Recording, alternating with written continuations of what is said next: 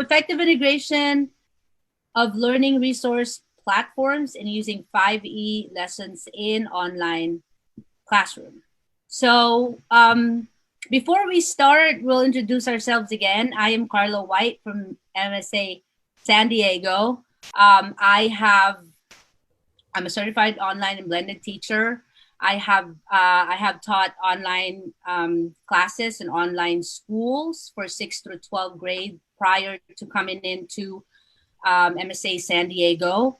I am also a doctorate candidate for educational technology, and I'm in my dissertation writing already, and it is about the using of a behavior management app called Kickboard, which we started in San Diego. So that's the research I'm writing right now, and hopefully they'll approve my proposal. So that's where I'm at. I have live webinar sessions in my YouTube channel, and I have been giving professional development webinars for free for teachers outside the country, particularly in the Philippines, because they are also embarking distance learning. And they have already decided that there's no kid coming into school, so they're all doing flexible learning programs, including modular packets and online classrooms, which is Google Classroom. Some of them are using Canvas if they are more like rich type of schools, like private schools. So that's what I've been doing over the summer. And I'm still continuing that and moving forward in providing webinars for teachers here in the US this time for the whole month of August. So I hope to invite everyone here today for those webinars. And if you'd like to know where it's going to be at, what link and all of that, please let me know so I can share them with you. And today I have my co-presenter, Christina Watkins. She's also from MSA San Diego. Christina, take it away. Hello, everybody. Christina Watkins, MSA San Diego. This is my second year with Magnolia. Super excited. Glad to be here. I've spent the past 15 or so years up and down the California coast in private and public education and math and science. So I like to say that I like any and all things STEM. During the summer, I get to spend time with my family, which is great. Now I get to spend a little bit more time with them since we're all home together, which is interesting and exciting in a different way. And also I help run a tech camp with my husband, and we've sent home STEM kits. So we sent home robots and tablets and electronics, and we're kind of doing an online model hybrid with the kids where they have the tech at home, and then we have sessions with them on Zoom and do private tutoring, and they have a platform of resources. So it's almost like running I've gotten some good practice for figuring out engaging in interesting ways and different platforms we can use. And so it was a different continuation from our spring online to now having some summer camp experience online to now getting prepared to start our school year online. So I'm excited to share some resources and tips and tricks and skills with you guys. And I look forward also to learning from you, because I know we all have a wealth of knowledge in here and different experiences. So please feel free to type in the chat or raise your hand to share and comment and be very interactive. As we were just learning from our speaker, interaction and engagement is key and important. So this is as much as our sharing of what we know as you adding to that knowledge and information for all of us. So we're glad you're here. Thank you. Perfect. Thank you, Christina. So without further ado, before we start, let's we are excited, of course, for our session today. And so for our PD guidance and decorum, please be safe, be respectful, and responsible. So all our participants would be muted. We're going to use the public chat for our additional info that you would like to add on as we move along with our session today. So please feel free to share what you know, what you can add on to what we'll talk about, which is our learning resource platforms. And ask everybody how we're doing. And if you have a question, please raise your hand. Although hopefully by 1:45, we should be able to share out and talk to each other right after the presentation.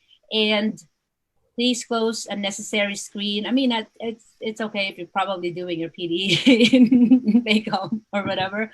Just put it on mute, but hopefully we'll have some active participation. And we encourage you to connect with anyone today, and please introduce yourself by sharing your name and your role, your school in the chat box if you have not yet done so.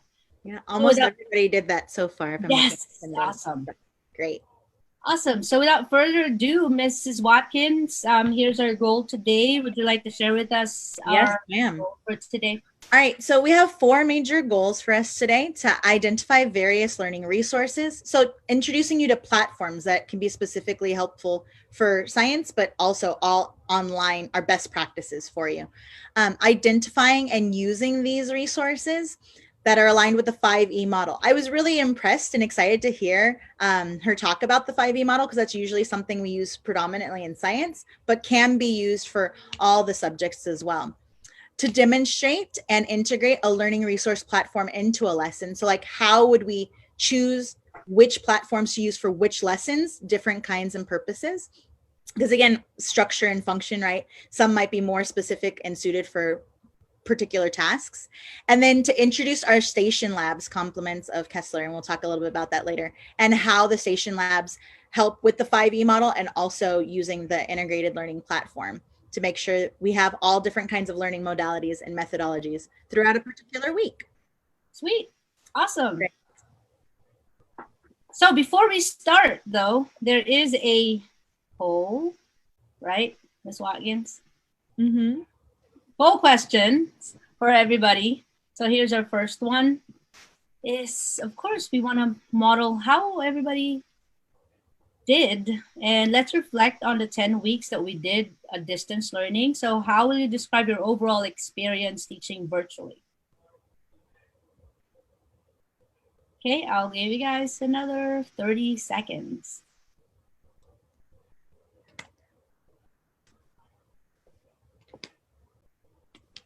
All right.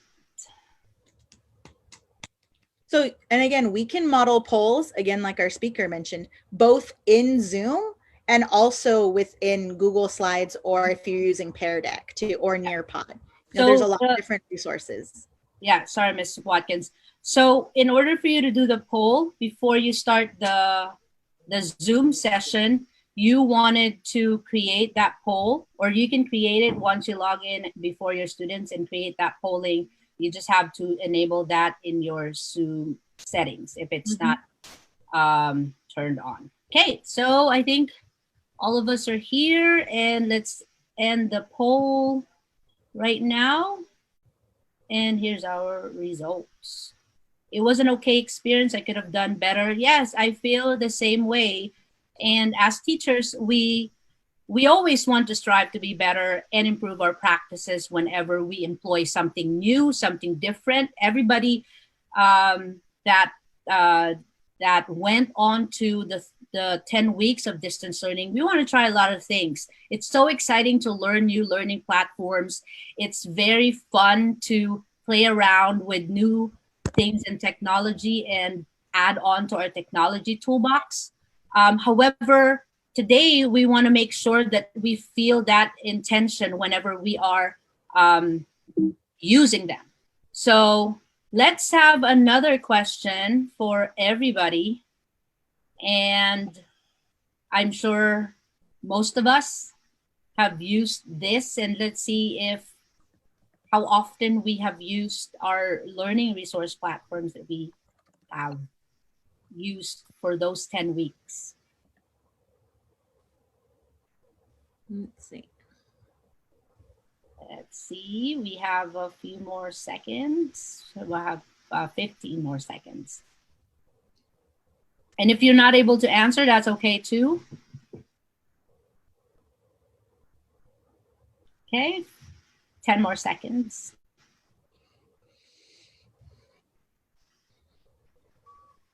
Three, two, one. Let's look at our polls. So, most of the time, yes, that's great. That's actually a good way for us to also teach our students use that technology, especially if you keep on using it over and over. Sparingly. No, I just made my own assignment. All right, cool. And this one I would like to see so that we won't spend too much time on some of the learning platforms that we are already familiar with. And I would like to know what are those, you can choose as many as you'd like on the learning resource platforms that you used throughout the 10 weeks that we did distance learning.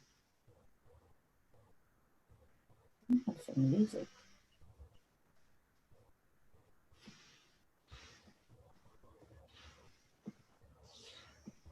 Is the audio really loud, like the music? Or nothing? I can't hear an audio from you. Audio. Because I'm not sharing because you can share the audio. All right. Is there anybody who's still picking, choosing? All right. So let's share the poll. And I think most of us, it makes sense, but you see individual students. Yes, Lockman, I don't know what your first name is, but yes, you can actually put that in non-anonymous. You just have to uncheck that. So I just intentionally put anonymous on that. But if you're going to use it for your students, you can uncheck. You don't need to check anonymous when you create your questions for the polling. And so here's our result. So most of us have used Kahoot, which is so fun and engaging for our students. Some of us, many of us also have used Brain Pop. Yeah, we have a subscription on that for our school. So it's not really free, but we do have that available for all MSA schools. Padlet, not so much. Flipgrid, that's fun to use, especially discussion. Later on, we'll show some samples of student work on how they use that. I'm also gonna have you look at Padlet, which I found very, very engaging, and at the same time, having that student choice that Alice Keeler is actually pointing out for us. So last but not the least is this last poll.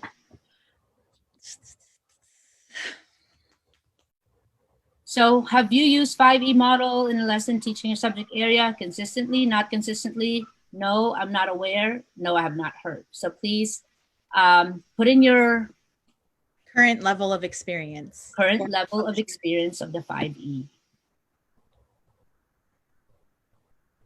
Cool. We have like 5 more seconds. 7. Yeah, I hate doing that. Okay. 3, 2, 1. And poll. And that's a great technique when you're giving polls or questions to have a countdown for them. Sometimes I'll use like a timer that just moves so you can see it go down. Different ways to remind them to bring them back in. Yep, that's it.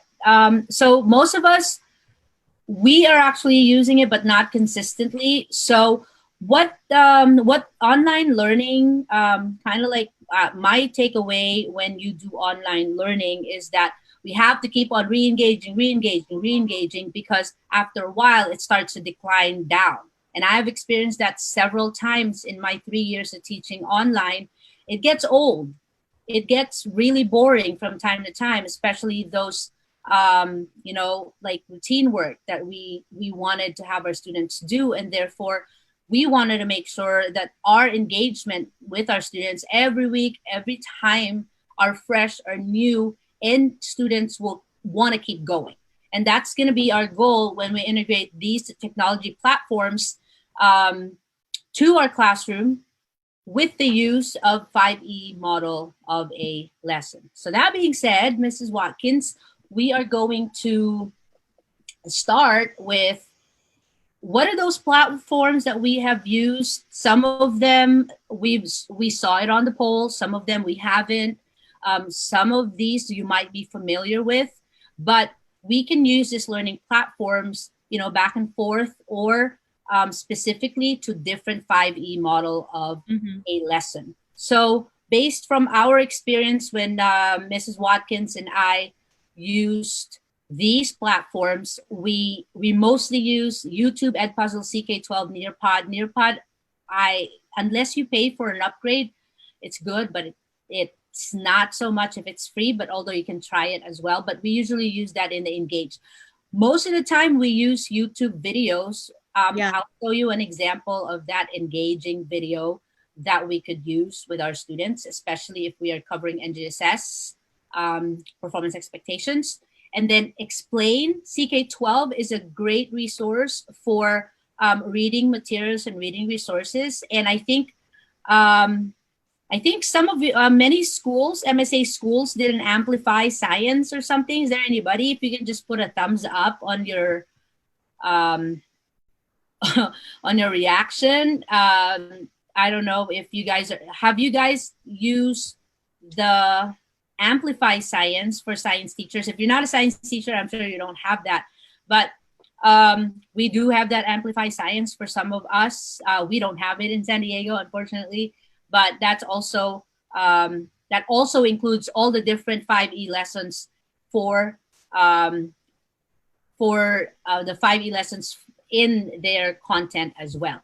And normally the ones that we use for Explore and Elaborate are Glencoe Virtual Lab, the PhET simulation I saw in our, what do you call this?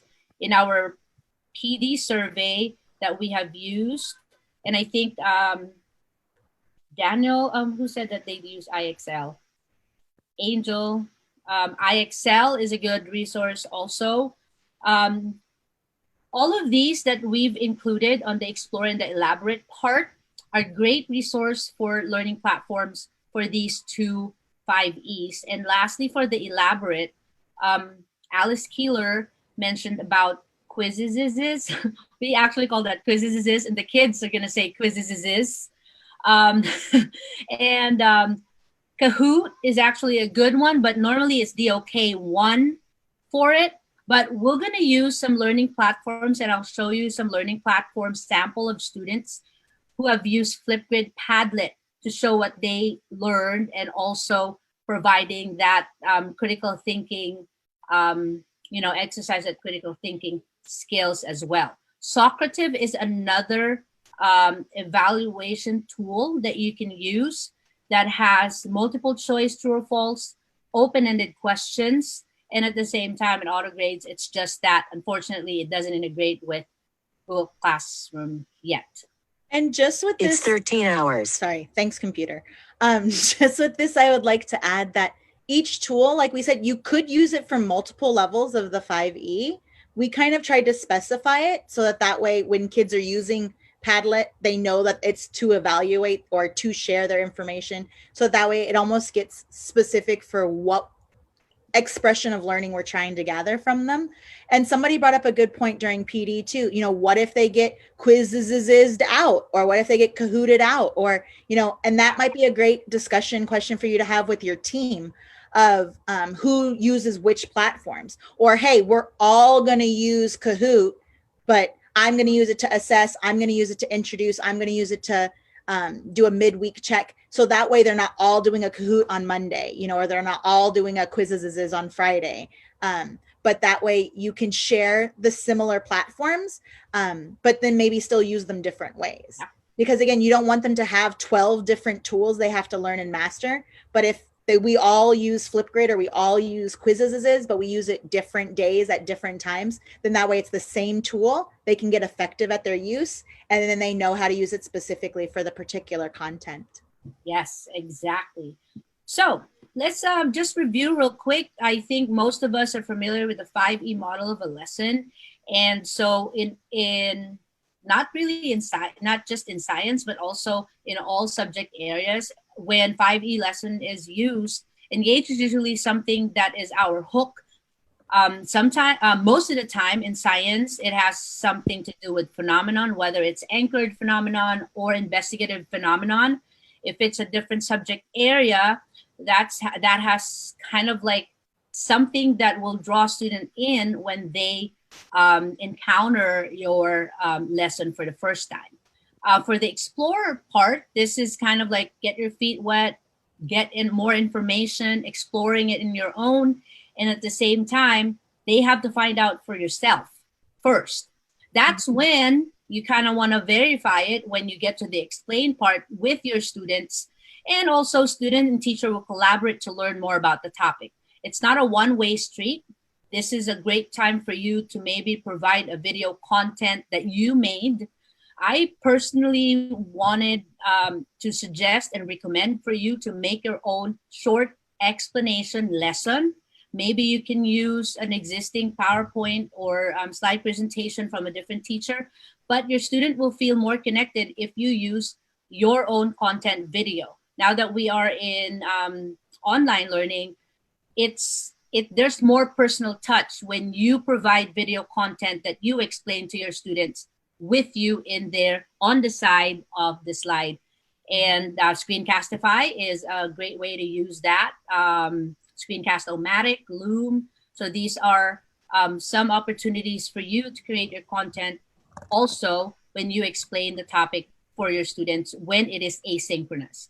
Elaborate, on the other hand, this is where we wanted our students to dig deep onto the topic and kind of like have them think more than just answer what or what is this, what, which, you know, true or false or whatever. But I'll show you some examples on that too. And lastly, for the evaluate, Mrs. Watkins and I came up with this show what you know, aka assessment or performance-based. In online learning, it's easy to say, okay, it's going to be easier for me to do multiple choice all the way through. Mm-hmm. But what happens is when students find out, oh, I have unlimited tries for my quizzes, so they will want to try until they get 100. But the question is, does the student understand the essence of the lesson that you taught? Which is why later on, I will show you some student samples on how they actually evaluated and show what they know about the topic that we've covered for the week. And we wanted to move away from the paper pencil type of evaluation now that we can't monitor them when we take the test. So any questions in your test that is Googleable, you might want to move away from that, but instead have them use the information and then let them apply it in a way that they can own it. So right. That is the evaluation part that we would like to have when we put this and translate it in an online classroom. And the show what you know phrase, I don't think we came up with SWIC. We use it a lot and hashtag it, but the kids start calling it show Watkins your knowledge or show White your knowledge and show. That's the funny part. They've personalized the W. Yeah, I didn't think of that. I forgot about that. Sweet. So we're going to move on right away to how or what can you use to engage our students. So I think we mentioned that already. So YouTube is the best way to find phenomenon. Edpuzzle is another way for students to gather initially some information, plus you can actually have the students process what they watch. That's what I love about Edpuzzle, is that they actually have those reading comprehension questions, even a little bit of analytical questions. Also, it saves us time to make those questions, although you can actually do that yourself, but you can just have to search for a resource, right. And then boom. Great thing about it, though, is that it integrates with our Google Classroom. You assign from Edpuzzle, and then you just assign for your students. And then they auto-grade too, unless there's like a written response that you will manually check. Otherwise, if it's all multiple choice, it auto-grades, transports the grades, and boom, you're done.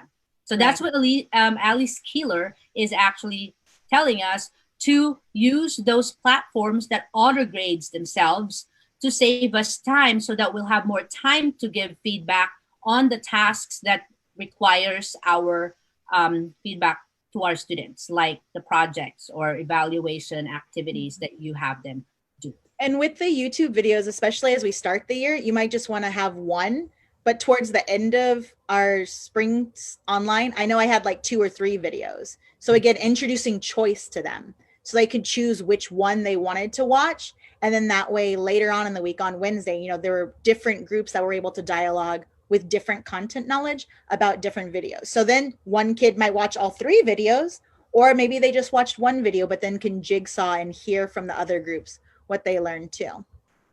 Yes. So now we're going to move on to the,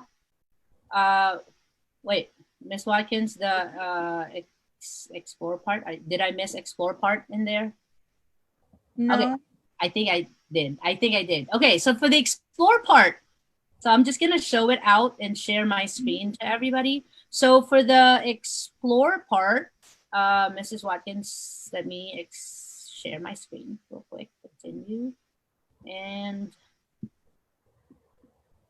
all right.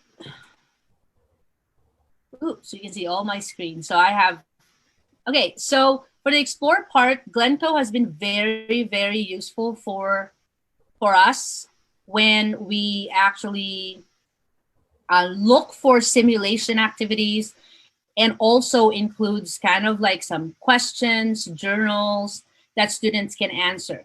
It's from life science all the way down to earth science and physical science. So you can actually pick and choose some. You don't need to use the virtual labs all the time. But what I find really useful is that students can explore about the topic and kind of like play around with it. So I'm just gonna randomly pick, I'll just use the one that I already had it open before. And it does use Flash Player. So just in case you run into technical problems for your students the first time, please make sure that you tell them to enable their enable their Flash Player on their Chrome browser. Now, most of our Chromebooks in our school sites, hopefully it's enabled. If not, maybe someone, or maybe you can start off by guiding your students first with a digital tool that you are going to use often. So this is the simulation activity for science, wherein students will just pretty much just match the, where's the G? So I can't see it. Okay, so match the C's. They kind of manipulate it and discover it, and at the same time, on the left-hand side of the lab, there's a guide about DNA, RNA, for example, and then of course the objectives of it. If it matches your instructional objective, then use it. I've mentioned earlier, maybe some of you are not here, we want to be intentional when we use these learning platforms. Yes, it's fun to use them. It's great, but if it doesn't match and meet the instructional objectives of your students, that's going to be, that's not going to work. So going back, there's procedure and everything, and journal. So it's all in there. Their lab reports going to be in there. They have the option to even print, and then they can share it with you or not. But this is a way for students to explore. Same is true with when students explore using some interactives in CK12. And as you're loading that up, Mrs. White, yeah. Lockman brought up a good point.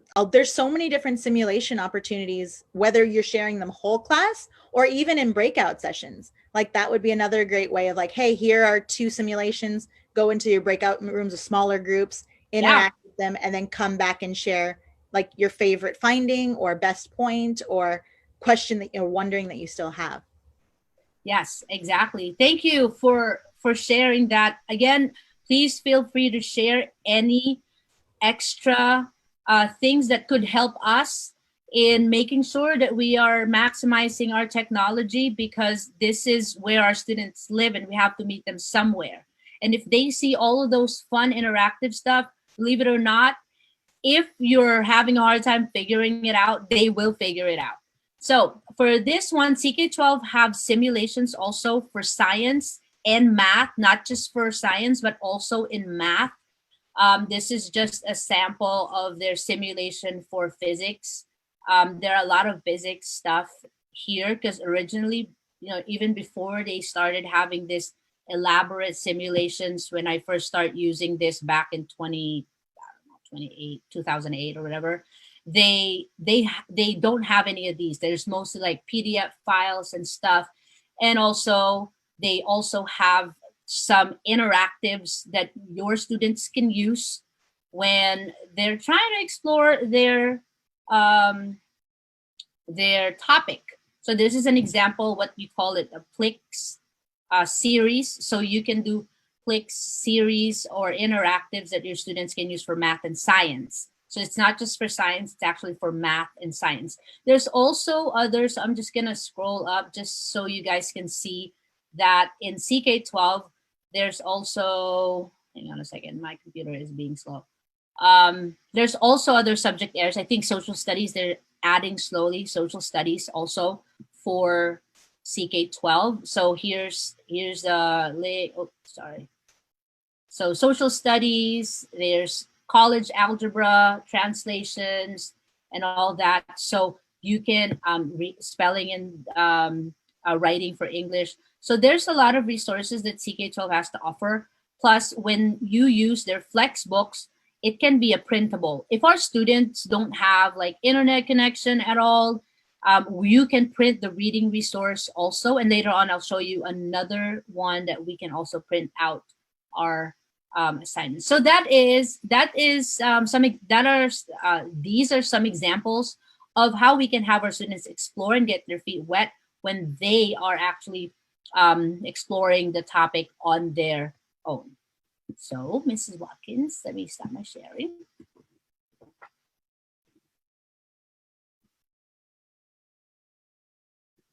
You have your screen up. Hey, so what can we use to explain lessons? Ms. Watkins? You're muted. There you go. There are several different e-textbooks we can use. We like using CK12, but again, like we said, if your site has provided resources, we just went to the McGraw-Hill listening. If you have the Amplify Science, these are just, you can assign them for them to check. They also have opportunities for comprehension questions and responding that can get auto-graded again and integrate with Google Classroom. But again, these are resource materials that the students can go to gather more information about a topic. And it's not you directly giving it to them, it's still them on independent exploration, learning and diving a little bit deeper into that. So whether they go online, whether they are reading other articles from Nature or Discover Education or something else, but having an e-textbook resource for them is a great solid step so that we know that there's some common understanding with the content. Yes. And what I love about CK12 is that it's a concept-based learning and they have adaptive practice questions for students to answer. When you say adaptive questions, the questions, if they got it wrong, they will go back to the easier question. If they keep on getting the answers wrong, CK12 will automatically suggest to go to this page first to understand what the questions are asking you. And so that makes it adaptive. And I think in our testing for English and math, they're also adaptive type of questions. If it gets harder every time you answer the questions correctly. And that's another reason why CK12 could also be a good way for our students to practice and really process what they are reading also. So that's one. Another is, of course, some curated and created videos. I've mentioned earlier how we wanted our students to be the one explaining to them the concept that we are teaching, because it makes it much more personalized. Although sometimes there are a lot of curated videos that's around us. Exactly. And off of that too, teaching the summer camp, I was just thinking also, you could also do a screencast of you watching the video. So like they might even just like to see your little personal reaction to the video that you're watching. So as you're getting the comment, you can pause and ask them a question. So it's almost like they're watching the video with you instead of just them watching it themselves. So not that you have to do that all the time, but that might be another fun way just to connect with the kids and let them know that you're interacting and engaging with them. Yes. Perfect. And so we're now going to move on to elaborate. So what can we use to elaborate lessons with our students? So if you feel like your students are ready to explore and kind of like make that real world connection and connect your lesson to what they observe outside, then we could use some reading articles. And one example that I've used most of the time with my students, especially if, let's say, for example, we just wanted them to kind of, there's an obvious connection with something around that they can observe. I use reading articles from ReadWorks. So ReadWorks, primarily they use it in ELA or English, but I find that there are also articles in science and even in social studies and other subject areas that that you may find relevant to the lesson you're teaching. So let me share my screen, Mrs. Watkins, so we can do multiple shares. So you don't need to stop your sharing. I just wanted to show. So this is your ReadWorks. So let's just try Earth Science. I'm just gonna pick a random one. So for Earth Science, you can actually have different topic that you want. You can also type in. So what I like about this is that it has a dangerous land. So there's audio that will read for the students. There's also some question sets that they can answer. So here's the question set. So they can answer. And then if there are some questions that has kind of like a short written response, and they can also do that.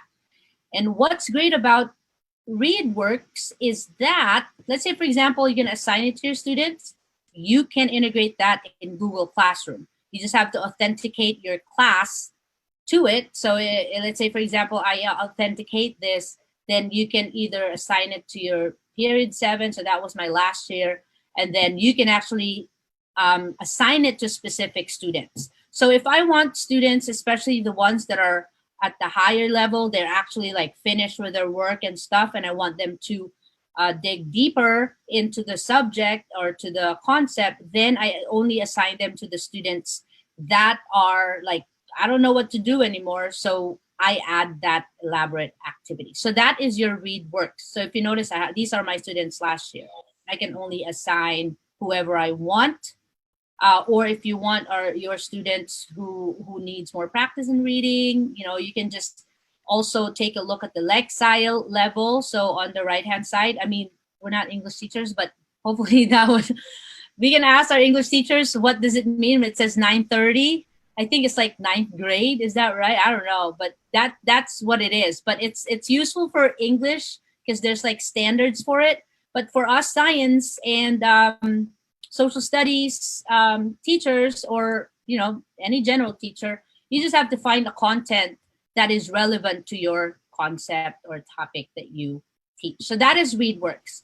And for science specifically, another way to elaborate on your lesson is to use, I've started using a Workbench when we did distance learning, because I was looking for like, how can I have my student actually perform and do a demonstration of a science concept.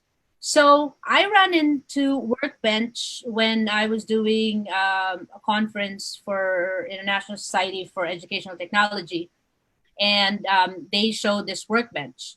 And this is an example of the lesson. Another great thing for that is you can actually assign this to Google Classroom also.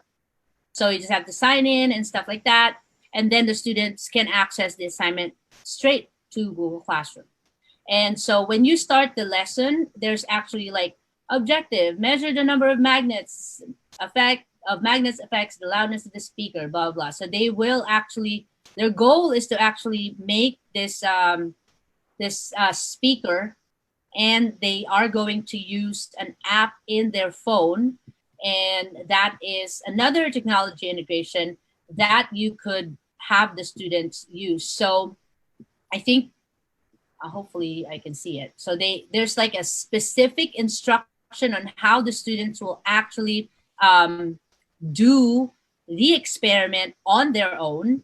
And right after that, they can also test, and there's steps involved that they can actually follow. So it's kind of like a recipe type of activity that they can do at home. And last year, I had my students also try out when they built their DIY electric motor. So this is an example. So I'm keep on scrolling down and scrolling down, and where is it at? The app that they use for measuring the decibels is it's called Google Journal Science Journal app. So that is actually Free. Yeah, Science Journal. So that's the app that you can use to measure the decibels of the speaker. So this is an example of it. So that is that. All right. So we'll move on. Any questions so far? I mean, any thoughts, anything that, stands out and you would like to share, please share them in the chat. We'll read them for everybody to see, for everybody to hear if their chat box is closed. But I'm just excited with all these things that I've tried on the past 10 weeks of distance learning, because I get to pick and choose what are those digital tools that I need to scrap, that I don't need, those that are valuable, and those that work for my students. Because let's face it, there are some learning platforms that are useful for your colleague, but it's not for you. Mm-hmm. So we wanted to filter things out. And I think most of us found Kahoot and quizzes useful for our students because it's engaging. There's so much fun. You can hear them ranting about, I'm on rank 1 or whatever that is, and they will do that. But like I said about these evaluation tools that we are using, it's mostly for DOK. And I would still use this all the time for my students, just to keep them excited and all that. We can even do a live quizzes towards the end of the period. So I plan to also do that, because we want that excitement going, and then they're like, come back. And then one quick way, I know I'm going to use quizzes at the beginning of the year, is I'm going to ask each student to make one about themselves. And so they can make a quick 5 or 10 question, like, hey, things about me that you don't know. So then everyone in the class, we're kind of answering these questions. Either we know them or we don't, about each other, because we're all new and interacting that way. And so you model that by the teacher. You may start first, or have your whole teacher team do it, and then just little by little. You don't have to have all the students share theirs in one day, but like Ms. White said, you can share a little bit at the end of class. You can share a couple for them to just get to know and interact with each other that way too. Or you can pull questions from them. It's like, oh, look at all these patterns that we're seeing. Everybody has pets, or all these people went here. Everybody likes that. But another way for them to try out the different platforms, and then to make it interacting and engaging about them as well. Yeah. And which is why, I'll start first with Socrative. I usually use them for my unit tests and assessments and stuff like that. And also I have used them when we did CAS practice test. I copied the performance tasks from the California science test. So I'll just share real quick on how Socrative looks like. So I did this performance task and all that. So you can plug in images for students to see, so they can actually blow that up into a big image when they're answering them. And pretty much it's most of the questions that I would like to answer, especially for science, we would want them to use the information that they have when they answer some questions. We can't anymore use saying what is mitosis, for example, because they can easily Google that.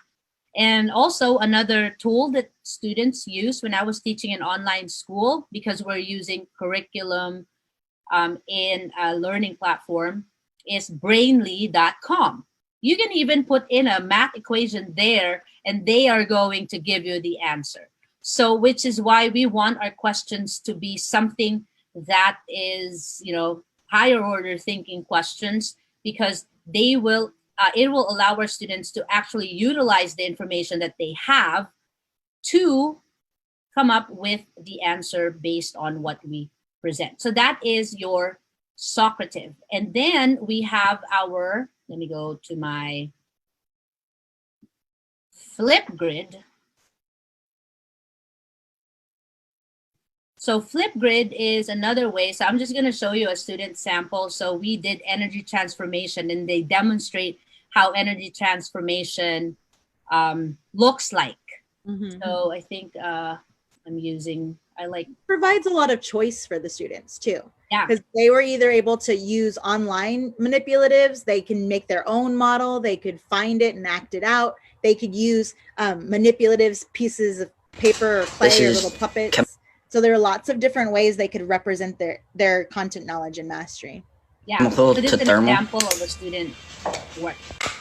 So that would be nuclear energy to thermal energy. It goes from potential energy to electrical. Maybe I'm not supposed to. Yeah, so this is a student sample. So hopefully I did by sharing. But that's a student sample. Let me stop my sharing real quick so you guys can hear the video when I share computer sound. Yeah, I did. Okay. So the next one is your Padlet. So one downside of Padlet, if you're using a free version, you only have 3 Padlet boards that you can use and then you can just delete them. But if you have a premium version like I do, because I don't like deleting things, I'm a hoarder. So I just have more than one Padlet. And maybe in our school site, you can request that. You can request that for the year, especially if you want to use it for your students' evaluation, especially for choice. So this evaluation that I did with my students, this is a student choice project on waves, on how they can actually demonstrate what they learned in using Padlet or any other platforms that they could use. And I'm just going to show you on my YouTube channel because it's really loading and lagging so much. And again, as you're loading that too, we're introducing a lot of tools right now. And we would like to encourage you, find something that you're familiar with and start with that first. So even if it's just one tool, and then you can slowly start adding other tools or switching them out or mixing them up. But we don't expect you to come in having different tools for every day and knowing how to be a master of all of them. Just pick one, find one that you're either excited to learn about or one that you're already comfortable with, and then just slowly start adding others or switching them out. And again, providing that choice and variety for the students and for yourself will be interesting and engaging, hopefully, as we're online, trying to get them to engage with the content in fun and different ways. So this is a student sample of a student choice. So he wanted to talk about underwater earthquake waves, which is related to properties of waves that we discussed for that week. So basically, the plate can either be pulling apart from each other, pressing against each other, or rubbing upwards and downwards. No, you can't hear it. Together. And then the energy will be pushed up into all directions except down. And then that energy would be later causing the water to flow backwards. And then it would be causing a tsunami. And I just put a 100-foot wave. So as you can see with how the student explained it, it was actually his own understanding on how tsunami works. Could happen, but what I love about students having the choice to represent what they learned is that, it's varying. As long as, did you explain this, this, and this? It is actually more they feel more successful if they were able to demonstrate what they learned. Is it the same as other students? No, it's not. But at the same time, you would realize that the level of their understanding does not really matter because they demonstrate, this is what I know, Mrs. White. So it gives them that confidence to explain what they know instead of telling them like, okay, explain this. But what if we cannot explain that topic? Then what? They get a 0. So that is something that we wanted to also think about now that we are in distance learning, because we're not there all the time. We're not there to monitor what they're actually trying to do when they're doing their project also. And this is another student who used Minecraft to show waves. So if you notice in his animation of his in his project, he showed, I'm sorry, I'm trying to put a full screen. He showed, you know, like ocean waves, for example, and he actually named the different parts of the waves down when he goes to his room, down below, and then so this is the inside. So let's discuss about 2 waves, mechanical waves, and then what is the transverse waves, you know, and I mean it's great. I mean, you can see their creativity along the way when they actually start, you know, thinking about that student choice when they wanted to show what they learned. So this is an example of another student sample that that I did with my 8th grade class last 10 weeks of distance learning. Ms. Watkins? Yes. Are we slipping through now? Yeah. Okay. So now we're going to, we saw some great student examples, and again, just different ways to have them show what they do know, not what they don't know yet, but, or you do get to see that also. But again, it's an opportunity to see their understanding, and using platforms like Flipgrid or Padlet allow the students to interact on each other's work also. So it gives them some of that interaction and peer discourse and discussion. Yeah, because they are able to comment on other students. They can actually like the students' work if they see it on Padlet when they post it on there. Although we understand, like middle schoolers, some Miss White, I don't want anybody to see, which is rare. Probably in each class, I get like 3 or 4. So they instead choose to just post it as a private attachment to their assignment, also in Google Classroom, which is totally fine. So Station Labs. So it captures all the 5E and it uses Google Forms. So Ms. Watkins, and there are different components of the Station Labs which captures all the 5E. And this is compliments to Chris Kessler. Last year, I was lured to do a membership with Kessler because I saw how he actually demonstrated all the 5E in all his activities. And one thing that has been very helpful is the use of his Station Lab, which has different components and modalities such as reading, watching, researching, even drawing. And of course, there's a part of it that students assess themselves and evaluate themselves in each of these modality. And towards the end, Mrs. Watkins and I actually added sing it and reflect on it. So I'm going to show you a sample of this Station Lab. So here are some of the Station Labs. Ms. Watkins, there's like, let's read, watch. I just changed the names just for the sake of originality. But these are some of the cards that Kessler has in his website. And we kind of like meld it to our own. When we started using this last year, even before distance learning, we had this worksheet that students fill out. So it's just like back to back in a white paper, and then students fill them out. So let's watch, read, and all that. And then we kind of like make a worksheet. There's a template that we use, and there are different components of the Station Lab. So that is, yeah. What I really liked about the Station Lab is they knew what to expect each week, but the content was changing. So like they always knew we had a song. They always knew they were going to read an article. They always knew there was going to be an interactive component. And so instead of you or us like planning it and trying to grab it all on ourselves to make this engaging lesson in this week, it was really nice to have Kessler's outline format for us, which we could modify and adjust and use for ourselves. And so that's where taking this paper format, and then as we transition to distance learning, making it a digital copy was really helpful. So Chris Kessler has his own version of Google Form, but I always want to enhance something in, you know, and make it usable and intuitive for the students to use. So I'm going to show you a sample of the Google Form.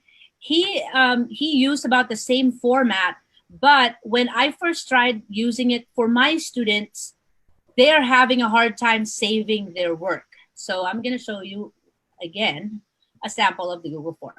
So this is the Symbiosis Station Lab that that we used.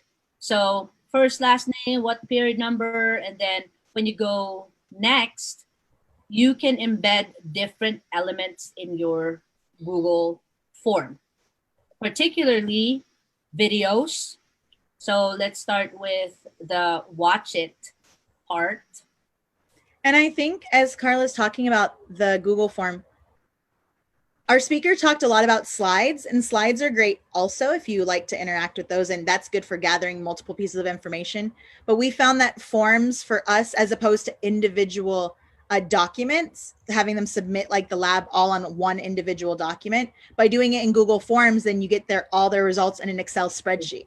Yeah. And we're both big fans of Excel. So then you can grade across and you can see things. It also auto grades for you too. And so it's a lot easier to auto grade the right wrong components. And then I can just look down the column of now 30 written responses, as opposed to having to open and close 30 documents to have to edit. So I can write the comments straight on that. So that's one of the reasons why we modified our paper format to forms, as opposed to the forms keeping it in doc. Chris Kessler used that. Great. Thanks for the idea, Chris. And then right after that, we've innovated it to making it a little bit more smaller chunks, student friendly, so we can chunk it up. So we did it for sections, because he only did like one straight document all the way down, but you can actually section each part of it out. So for this part, let's watch. As you can see it on there, watch the video and answer the question. So there's like a written questions and stuff like that. You can actually do this way of like just answering questions. Now, Carla, do I need to check that all the time? Here's the trick to this. After the student answer them, and you have a, after you actually, have your Google Form made, you can actually put the answer so the students can see the feedback. And then right after that, either they or they don't. No, does it matter? Well, yeah, they matter. They can actually change it. So when you look at it, you don't even need to spend time reading for it. But that's one thing that made my life really easy. Now, if a student is answering a section and they want to continue later, so this is another branching section. So if I say, no, I will continue later, it'll lead them to the submit button so that they won't forget to submit. Now, if they say, yes, I will continue, then they'll go to the next section. So the next section is research. So research it. And then there's another question. And then I'm going to move forward so you guys can see the different variations of test question items apart from the writing part. So there are writing part, there's watching part. This drawing. One is more part. This is like just one question or something like that. It doesn't need to be a very elaborate questions. And then this is the reading part. So the reading part is like a comprehension question. All I need was reading article and then the questions. And then this is a multiple choice grid item. So what's the answer to number 1 on the image at the top? And then you just do ABC. So that is your reading comprehension for the read it. And students can also draw on their paper, and they can take a picture of their drawing, and then they can attach and add the file to this. So it says, draw an example of one of the 3 symbiosis. So you can add a file as a student. So one extra step though that I had the students practice is for them to transfer their file from their device to their computer, which is to send them to their email and then to upload it. Yeah. Wait a second. Is Mrs. Watkins? Can you stop your sharing? It says the screen sharing right now is Watkins, not White. Sorry about that. Am I talking for a while that share my screen? I'm so sorry. No, I think it was sharing yours on top of mine. You Okay. should be good. Is it good? It's you, yeah. Okay. So yeah, let's draw it. So that's another way we can actually use that modality for our students to demonstrate that they learned about the concept you're teaching. So that's the let's draw it part. Oh. Scroll up a little bit. Wait a second. I'm sorry. Can you see it? There you go. So this is the let's draw part. So again, I broken up into sections because I recognize that some students like keep on scrolling down and then sometimes they forget that they need to save their work because they can always go back to it. So we could use live, but we could just get a quick look. Oh, okay. I can share it on the chat. That's a good idea. So like that. Let's say, for example, the student says, oh, I'm not done answering it. So we always want to make sure that we open edits for our students when they do Google Forms like this. And when they said, no, I will continue later, it will lead them to submit. If they say, I want to move on, then they can choose, yes, I want to move on, and it'll bring them to the next section. So that's another way you can actually play around with your Google Form. Oh, Ms. Watkins, I'm going to stop my sharing. And then we'll just share quickly how we actually structure. If we wanted to use, here are some challenges in crafting, time consuming. I know we have all our time that we wanted to, to use elsewhere, which is why we wanted to pick and choose what works for you. This has worked for me and Christina because we have been, doing the station labs even before the distance learning. But if you would like to ask your school administrator to get a Kessler membership, it's like $2.99. I'm not advertising it, but I actually found and saved my sanity for getting those resources already ready-made for me, and then I just need to tweak it and then employ it to my students. Never seen a different page. Okay, I'll answer your question, Daniel, in a few minutes. So, Ms. Watkins, let's move forward. So here's a sample lesson. So this is just like, what are my week ones? So whenever we plan, we want to make sure that our standards and our learning targets are well defined even before we start planning on what we want to use for learning platforms. Remember, I keep on saying we have to be intentional whenever we are implementing all our learning targets, because if our students are not getting that, then they'll start to like, I don't want to do this or whatever. But if they keep on getting something new, then eventually your students would want to go back and do it again. Ms. Watkins, let's look at the structure. Is it 145? So next slide. So because it's the same. So this is a week at a glance that students usually see every Monday for our classes. Last distance learning, it's a different schedule because we only meet once for synchronous lessons. Although, of course, we have synchronous and asynchronous lessons when we have our own schedule. I think maybe our school site already showed kind of like a rough draft or kind of like a proposed distance learning schedule for our students. But in any which way, these different parts of the ones that I highlighted, so these are all kind of like the learning platforms that was used for this particular week. So there's a discussion post by Bill Nye, and maybe even some sing it questions, sing it type of Engagement, yeah. That students would answer in a discussion post. And then Tuesday, Thursday, we use the station lab that you may have used or you have seen, like whatever what it is. But I do have samples that I could also share with everybody that you could also kind of like play around with. And then what else? And then quizzes towards the end, simulation or whatever for elaborate activities. So this is just an example if you're using a learning platform most of the time. And then next slide, Ms. Watkins.